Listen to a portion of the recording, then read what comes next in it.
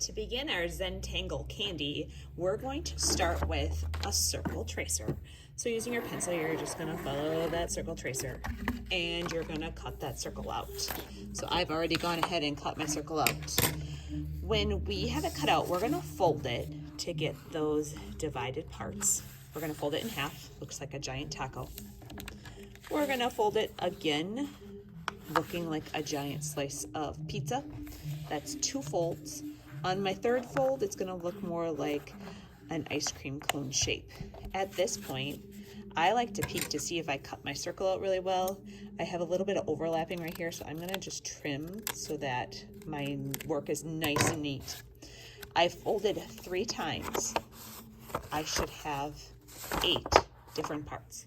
So what we're gonna do is we are going to use that black permanent marker and we're gonna kind of Zentangle, create patterns and designs on every other part of the circle. So if you wanna put a little pencil mark so that you don't make any oopses and Zentangle something you're not supposed to, you can. You will have some ideas on the smartboard. You will have some pattern sheets around the room that you can look at for ideas if you're stuck. When I am making patterns, I sometimes just think about the basic elements of art. So I can use shapes. I could use lines. I could use a variety of different lines. They can overlap. The cool thing about Zentangling is it's kind of just peaceful. You just let the marker do the work and you don't have to overthink it too much. So lines and shapes are a great way to start. You also, as a 4th grader, might want to start to think about value. So some of these designs are going to have a darker value. As I'm working on this one, I'm kind of coloring in spots, making it really dark. Maybe I'll switch my pattern, and when I make thin lines, it has a lighter value. Tiny little polka dots spread out aren't very dark. If I make bigger dots, they have a darker value. So you kind of want to play around with that opposite of light areas and dark areas. You're going to Zentangle all 4 parts before you switch to the oil crayon part. So using the glow in the dark neon oil crayons, we're going to try to blend colors that are close to each other on the color wheel.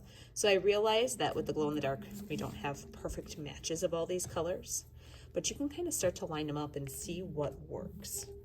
And that might be more, they're kind of different, but colors that are next to each other or even 2 spaces away from each other are gonna mix really nice. So as I work my way around these pinks and purples, a pink is really a red. There's a couple of different oranges here. We probably have a red orange and a light orange. I almost have every color on the color wheel. So colors that are next to each other are gonna mix nice. So I'm gonna do this purple and the pink. So in the areas that you did not Zentangle, you're going to color hard.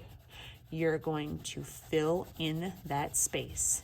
And using just 2 colors, you're going to blend them together.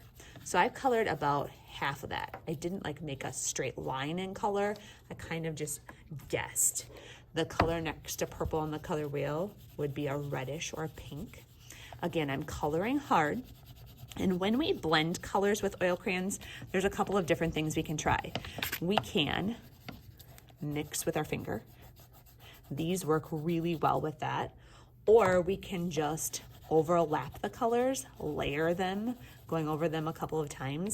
We'll get them to look like they're smearing, I don't know what color I'm going with, smearing together. So my first example that I showed you, I blended several different colors together. You can decide what's going first and what's going on around the edge. You could have all the same colors if you wanted, or you could have a variety like I do. When you're done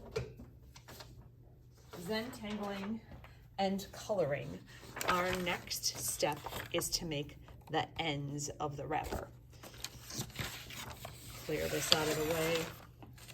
You're gonna get a color choice. I'm going to fold this paper in half like a birthday card.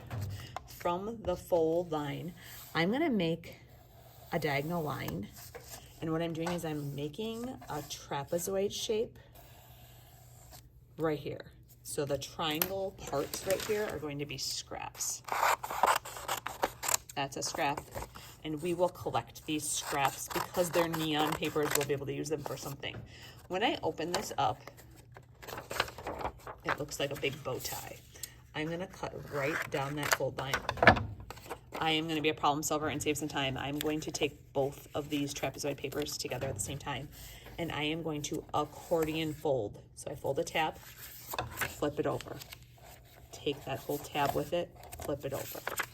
I'm going back and forth, and I'm just trying to get the idea of a accordion fold, jagged edge, like a candy wrapper might have.